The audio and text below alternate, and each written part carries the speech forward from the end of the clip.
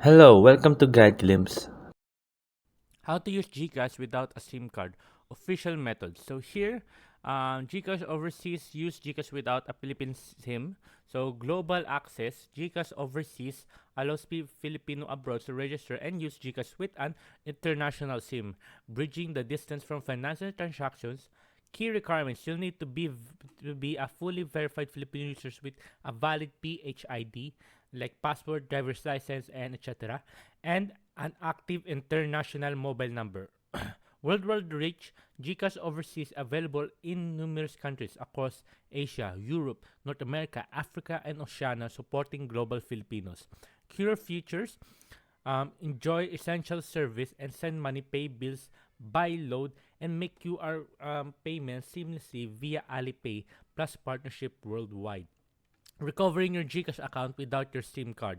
SIM card dependency: GCash accounts are primarily tied to your number, with OTP sent to secure logins. Losing your SIM can complicate access.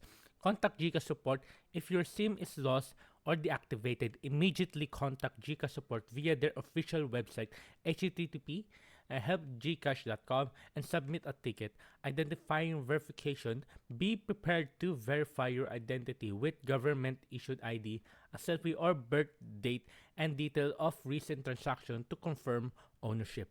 Account transfer: after successful verification, GCash may transfer your account to a new number. This process can take several days. Using GCash on a new device without old SIM. So unregistered old device. If you still have your old phone, go to profiles, settings, account security in unregistered phone within the app to unlink it. New device login: on your new device, log in and select I want to register this phone. The system will guide you through a selfie scan or OTP verification.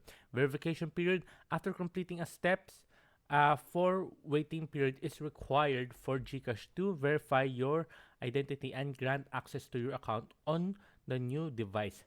Seamless transaction: these official methods ensure you can continue using GCash even if your original SIM card is no longer available, making device change hassle free. And the last part is key takeaways and the next steps. GCash overseas: while GCash officially requires a mobile number for OTPs, GCash overseas offers a solution for users without a Philippine SIM. Lost SIM recovery: for a lost SIM, leverage GCash support. Prepare for identification verification with a valid ID to recover your account. Device transfer: switch device with your old SIM is possible via the app's device registration and verification. Proactive measures: maintain account verification and promptly update mobile number to prevent future access or issues. And further support: for comprehensive details and assistance, always refer to the official GCash Help Center. So there you go, guys. I hope you guys liked the video, because you enjoyed. And if you have any more questions, you can type it down in the comment section below, and we'll be happy to answer you guys. And thank you. If you like the video, please consider giving us a thumbs up and subscribing for more content like this. Thank you.